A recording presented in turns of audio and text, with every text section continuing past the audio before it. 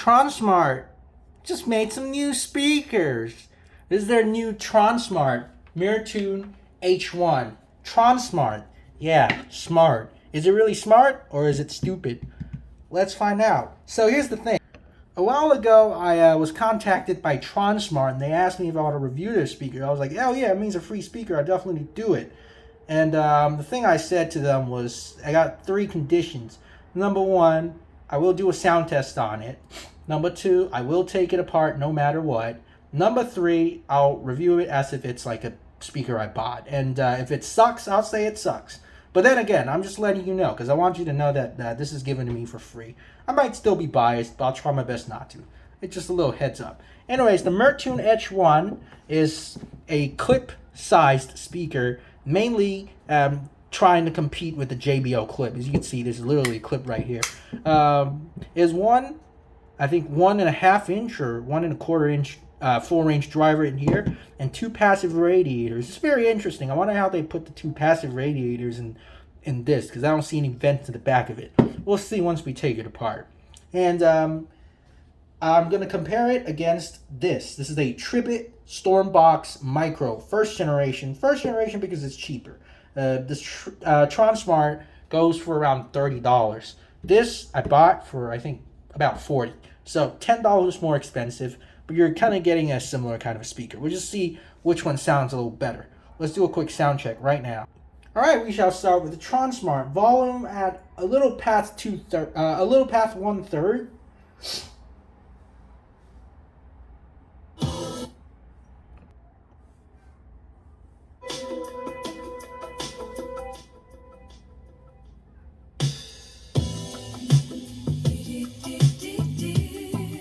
The speaker is playing at its deep bass EQ, one of the presets.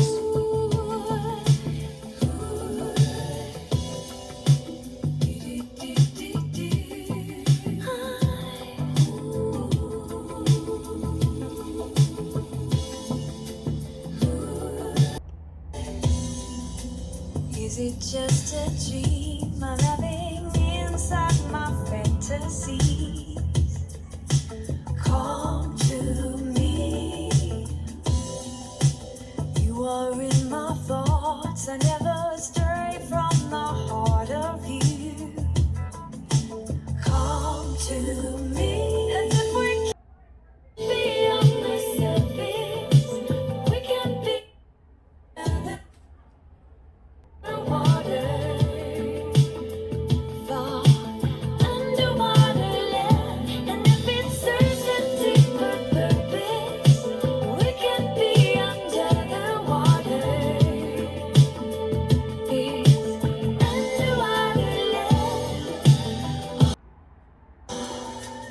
Am I touching you? I wanna feel every part of this. Come to me. Forever and a day, whatever feelings take hold of you, set me free. All right, now we're gonna get the both speakers to play a maximum, starting with the Mirtune H1. I give to you.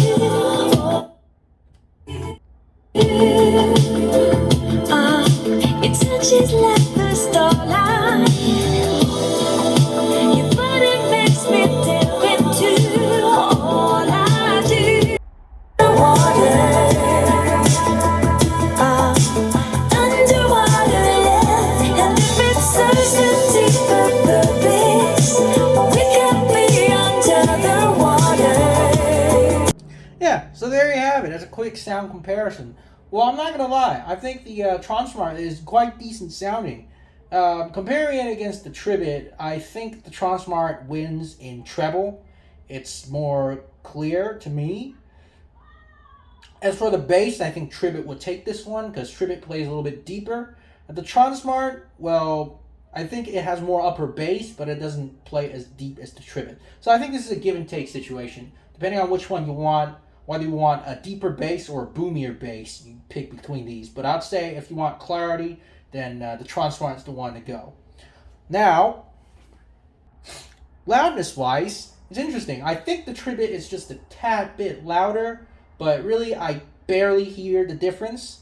You compare in the video, I think they're both the same, volume in terms of at 100%. It's probably the same. All right, so really not big of a difference. They're all small speakers. Not I expect a lot. And we don't talk about bass at max volume for these speakers. You don't hear any in both of these. It's small. Come on, you gotta deal with that. All right, okay. All right, I'm gonna pop the grill off. We're gonna do a quick bass test. Aha, I think I now see where they put the passive radiators. You see these two slots? Those are where the passive radiator goes. See, this is great. That's actually a cool design. All right, let's do a quick bass test. It's gangster rap time.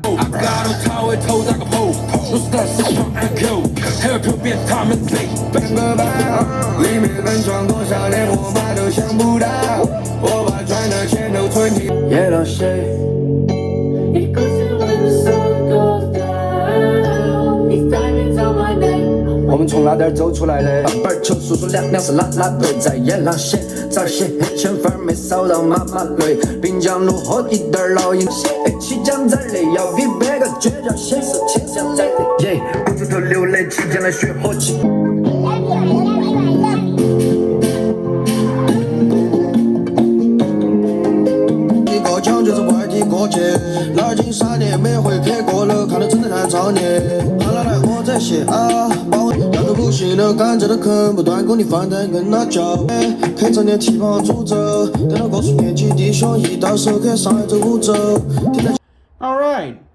Awesome. I just love them Chinese gangster raps. Got such vibe.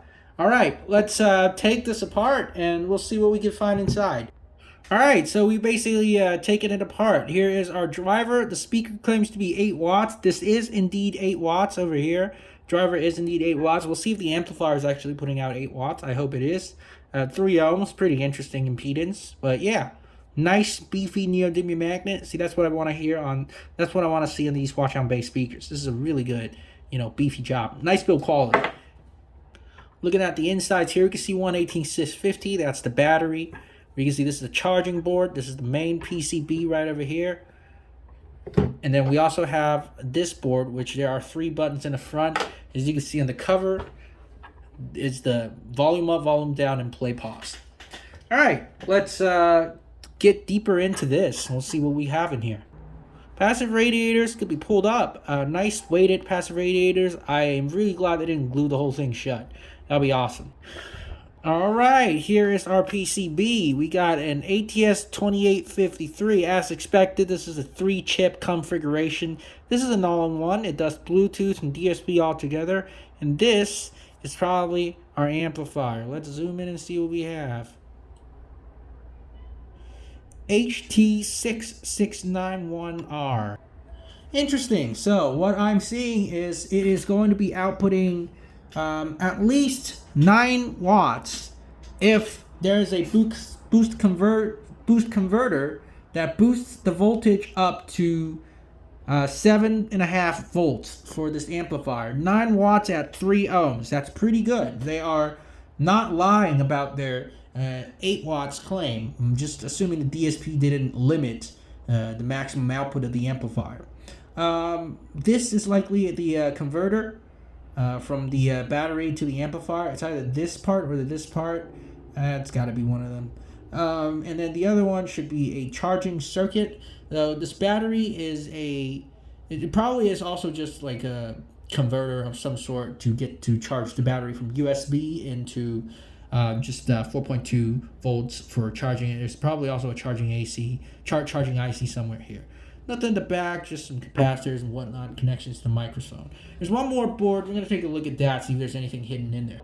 So not much on this board, but as you can see, it's just a USB input. It's a good thing that I want to point out. They put a rubber gasket over here on the port to get it to be waterproof.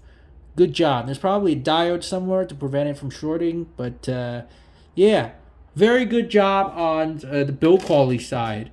It's a really good speaker. I'm going to put it together. I'm going to do a quick frequency measurement. Alright, so here's the measurement. As you can see, it's quite V-shaped. It's got a huge bass boost here at about 150 hertz, all the way to, say, almost 300 hertz, and it starts rolling off. It's going down, all the way down to say 1 kilohertz. It's almost down 20 decibels. Now, by the way, keep the SPO in mind as a grain of salt. I did not calibrate my microphone for that. I did only install a calibration file, like a TXT file. I didn't do the sound card calibration. So the SPL is not accurate, but the measurement should be. And as you can see, this huge dip right here, wow. It just shows that this is a very V-shaped sound. The treble, there's also a strange peak at around 12 kilohertz maybe. And this peak persists once at max volume, where the bass is gone, but the peak is still there. It's not a neutral sounding speaker, it's a V-shaped sounding speaker. So depending on if this is the sound signature you want to look for, this is what you're going to get, all right? Just giving you a little objective view on what kind of measurement I've gotten. Maybe the bass part, since I'm measuring it on my desk, maybe you could attenuate it down for like 5 decibels or something, because there is a little bass boost in my in this area of the room. Like I said, take this as a grain of salt, but it will give you a sound signature's, a profile of what you could at least know what you are going to expect if you buy a speaker like this. So quite a bit of bass reduction here at max volume, and I can hear distortion at max volume when I'm doing the sweep.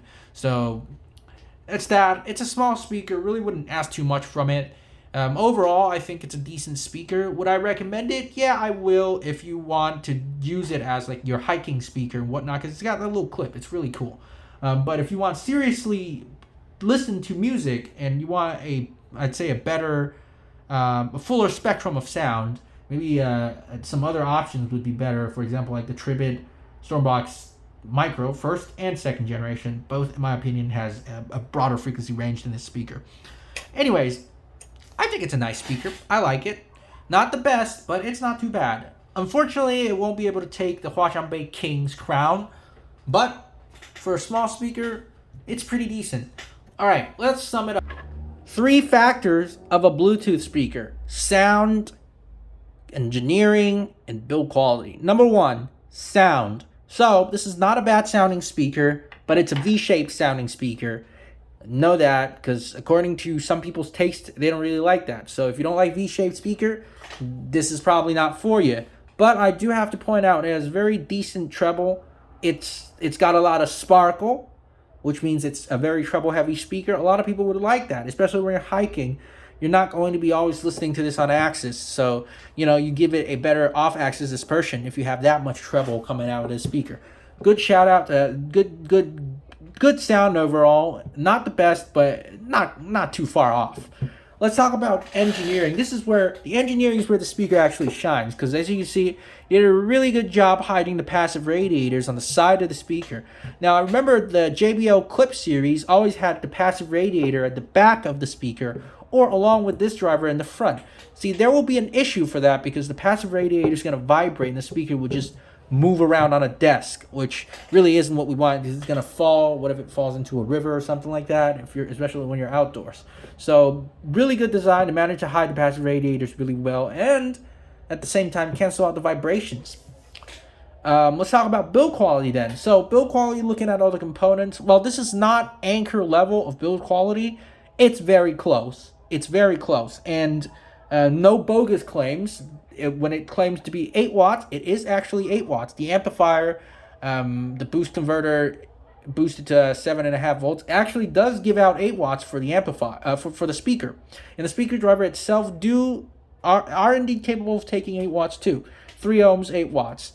I've seen the spec sheets. You can look it up. I've provided the serial number for the IC. They're actually legit about the claims. So good shout out to Tronsmart. They're not scamming people. This is a good speaker. I'd say go for it.